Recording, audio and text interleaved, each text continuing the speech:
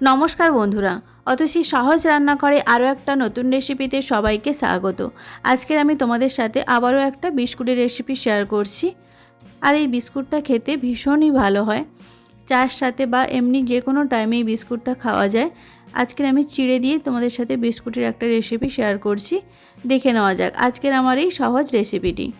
প্রথমে গ্যাসে আমি একটা কড়াই বসিয়ে দিয়েছি আর দিয়ে দেবো 1 কাপ চিড়ে। চিড়েটা শুকনো কড়াইতে একটু ভেজে নিতে হবে। লো টু মিডিয়াম ফ্লেমে রেখে চিড়েটা শুকনো কড়াইতে ভেজে নিতে হবে। চিড়েটা আমি খুব ভালো করে ভেজে নিয়েছি। এখন আমি গ্যাসটা অফ করে চিড়েটা আমি ঠান্ডা করে নেব। দেখো চিড়েটা আমি ঠান্ডা করে নিয়েছি। এখন আমি একটা মিক্সার জারে চিড়েটাকে গুঁড়ো করে নিয়েছি। তারপর আমি দিয়ে দেব 1 কাপ আটা। আটাটা আমি চেলে নেব। এখন দিয়ে দেবো 1 চামচ বেকিং পাউডার, খুব সামান্য পরিমাণ লবণ, আর দিয়ে দেবো কিছুটা পরিমাণ কালো জিরে, আর দিয়ে দেবো হাফ বাটি চিনির গুঁড়ো। খুব ভালো করে শুকনো অবস্থায় ভালো করে মিশিয়ে নিতে হবে সব কিছু। তারপর আমি দিয়ে দেবো 2 চামচ গুঁড়ো দুধ, যাতে বিস্কুটের টেস্টটা ভীষণ ভালো হয়। সব কিছু দিয়ে ভালো করে আমি মিশিয়ে নিয়েছি। তারপর গ্যাসে একটা কড়াই বসিয়ে দিয়েছি আর দিয়েছি সাদা তেল। তেলটা ভালো করে গরম হয়ে গেলে আমি দিয়ে দেবো 1 চামচ ঘি। ঘিটাও খুব ভালো করে গরম করে গলিয়ে নিতে হবে। দেখো তেল আর ঘিটা খুব ভালো করে আমি গরম করে নিয়েছি। এখন আমি দিয়ে দেব আটা আর চিড়ের গুঁড়ো। খুব ভালো করে তেলে ভেজে নিতে হবে। একদম লো ফ্লেমে রেখে আটা আর চিড়ের গুঁড়োটাকে খুব ভালো করে ভেজে নিতে হবে। দেখো লো ফ্লেমে রেখে আমি 5 থেকে 7 মিনিটের মতো আমি ভালো করে ভেজে নেব, তাহলে খুব ভালো করে ময়াম হয়ে যাবে। তারপর গ্যাসটা অফ করে একটা থালার মধ্যে আমি নিয়ে নেব আর হাত দিয়ে খুব ভালো করে আবারও আমি মেখে নেব।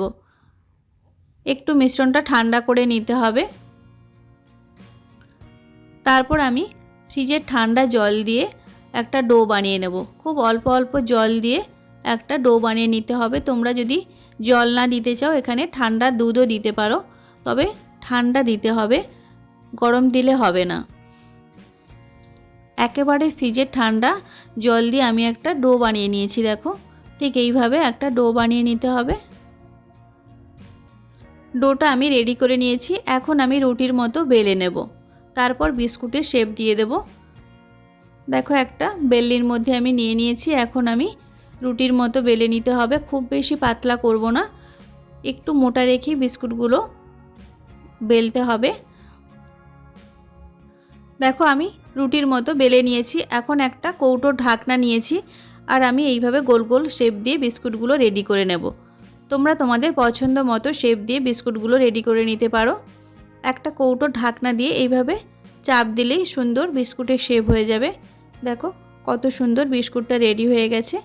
এখন আমি আগে থেকে গ্যাসে একটা কড়াই প্রিহিট করতে বসিয়ে দিয়েছিলাম। তারপর আমি একটা থালাতে বিস্কুটগুলো রেডি করে নিয়েছিলাম। একটু তেল ব্রাশ করে একটা থালার মধ্যে বিস্কুটগুলো রেডি করে নিয়েছি। তারপর থালাটা বসিয়ে ঢাকনা দিয়ে একদম লো ফ্লেমে 20 থেকে 25 মিনিট বেক করলেই রেডি হয়ে যাবে। দেখো 20 থেকে 25 মিনিট পর আমি তোমাদের দেখাচ্ছি বিস্কুটগুলো কত সুন্দর বেক হয়ে গেছে। তোমরা চাইলে বিস্কুটটা তেলেও ভেজে নিতে পারো, তবে আমি তেলে ভাজিনি। বিস্কুটগুলো আমি এইভাবে বেক করে নিয়েছি। বিস্কুটগুলো খুব তাড়াতাড়ি রেডি হয়ে যায়, যেহেতু চিড়ে একেবারে নরম। বিস্কুটগুলো বেক হতে বেশি টাইম লাগে না। 20 থেকে 25 মিনিট বেক করলেই একদম পারফেক্টভাবে রেডি হয়ে যাবে। আর তোমরা দেখেই বুঝতে পারলে যে কত সহজভাবে চিড়ে দিয়ে দারুণ স্বাদের বিস্কুট তৈরি হয়। অবশ্যই তোমরা বাড়িতে একবার চিড়ে দিয়ে বিস্কুট বানাবে, ভীষণ ভালো খেতে হয়। আশা করি আজকের ভিডিওটা তোমাদের ভালো লেগেছে। যদি ভালো লাগে তাহলে অবশ্যই একটা লাইক করে দেবে আর কমেন্ট করে জানাবে বিস্কুটগুলো কেমন হয়েছে। আর আমার রেসিপিগুলো যদি তোমাদের ভালো লাগে তাহলে অবশ্যই আমার চ্যানেলটিকে সাবস্ক্রাইব করে আমার পাশে থাকবে। যারা অলরেডি আমার চ্যানেলটিকে সাবস্ক্রাইব করেছো তাদের অসংখ্য ধন্যবাদ। আজকের ভিডিওটা এই পর্যন্ত। নেক্সট কোনো ভিডিওতে তোমাদের সাথে আবার দেখা হচ্ছে নতুন কোনো একটা রেসিপি নিয়ে। ততক্ষণে তোমরা ভালো থেকো, সুস্থ থেকো। ধন্যবাদ।